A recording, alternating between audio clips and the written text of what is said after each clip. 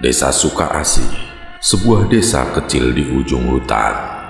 Sudah lama dirundung kelaparan. Bantuan beras dan BLT dari pemerintah selalu ditunggu, tapi tak pernah benar-benar sampai ke tangan rakyat. Lurah Darmawan, orang yang paling berkuasa di desa, dikenal angkuh dan tamak. Rakyat cukup diberi janji, sisanya masuk ke kantong kita, ucapnya suatu malam kepada tangan kanannya Sarpin. Tapi Pak, warga sudah mulai resah. Banyak anak yang kurus, bahkan ada yang jatuh sakit, jawab Sarpin pelan. Darmawan tertawa sinis. Biar saja, mereka bodoh, tak tahu apa-apa. Lagi pula, siapa yang berani melawan aku?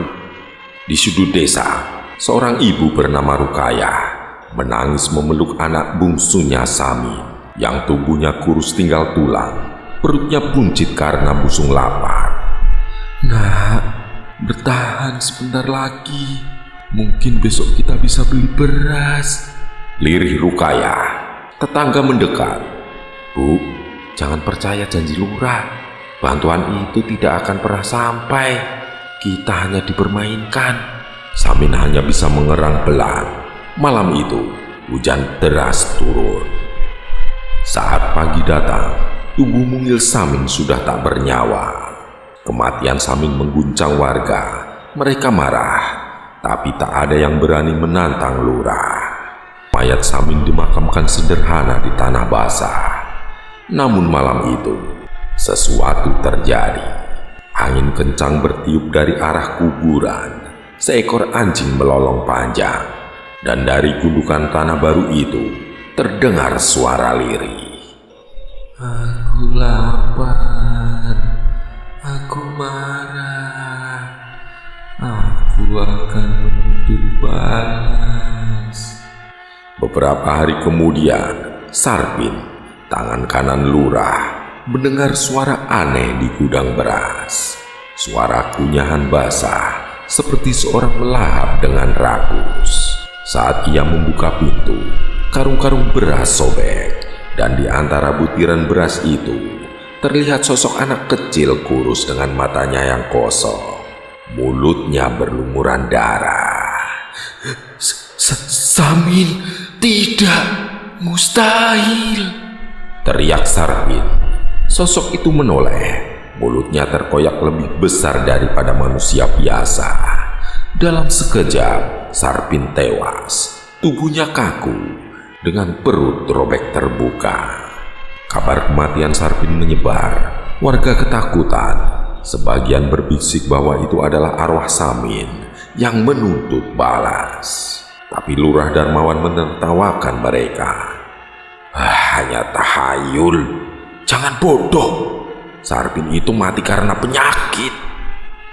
Namun, malam-malam berikutnya, suara tangisan anak kecil terdengar dari pemakaman. Motor-motor warga mogok saat melewati jalan desa. Lampu padam dan bayangan hitam sering terlihat di sekitar rumah lurah. Di warung kopi dekat balai desa, beberapa ojol yang biasa antar barang ke desa itu membicarakan kejadian aneh. Aku lihat sendiri bang, ada anak kecil duduk di pinggir jalan tengah malam. Saat aku dekati, wajahnya pucat dan matanya kosong. Begitu aku berkedip, hilang, ucap salah satu ojol gemetar. Warga lain menimpali. Itu pasti arwah Samin.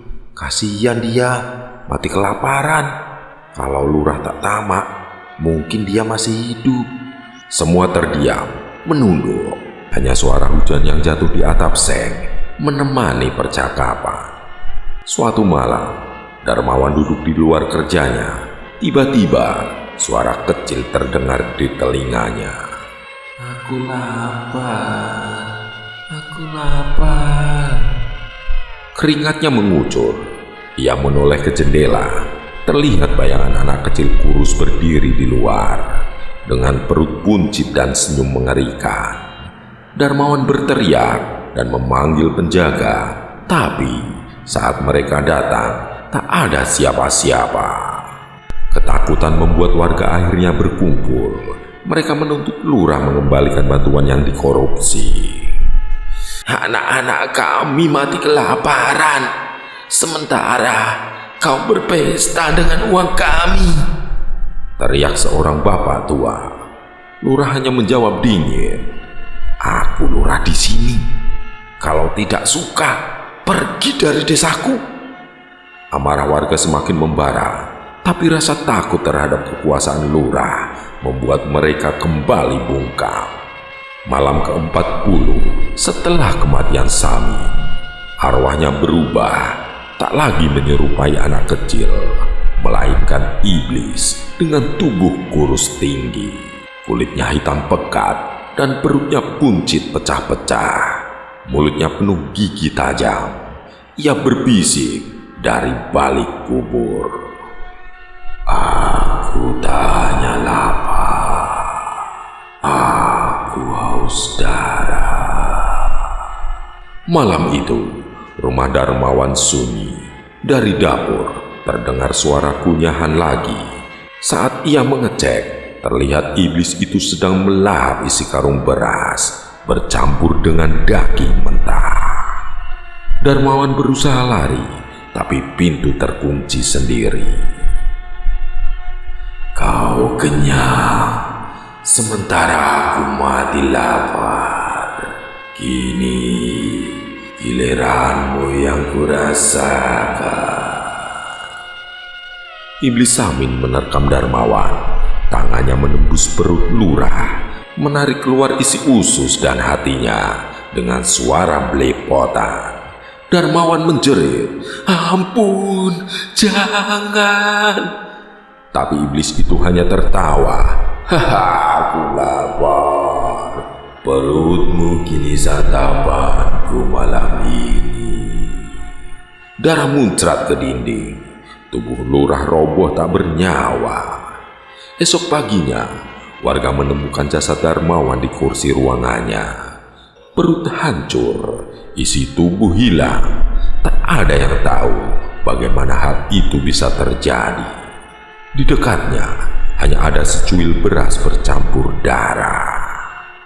Seorang ibu berbisik lirih, "Itu hukuman Tuhan, balas dendam anak yang mati kelaparan." Bapak tua menimpali, "Arwah lapar itu sudah jadi iblis.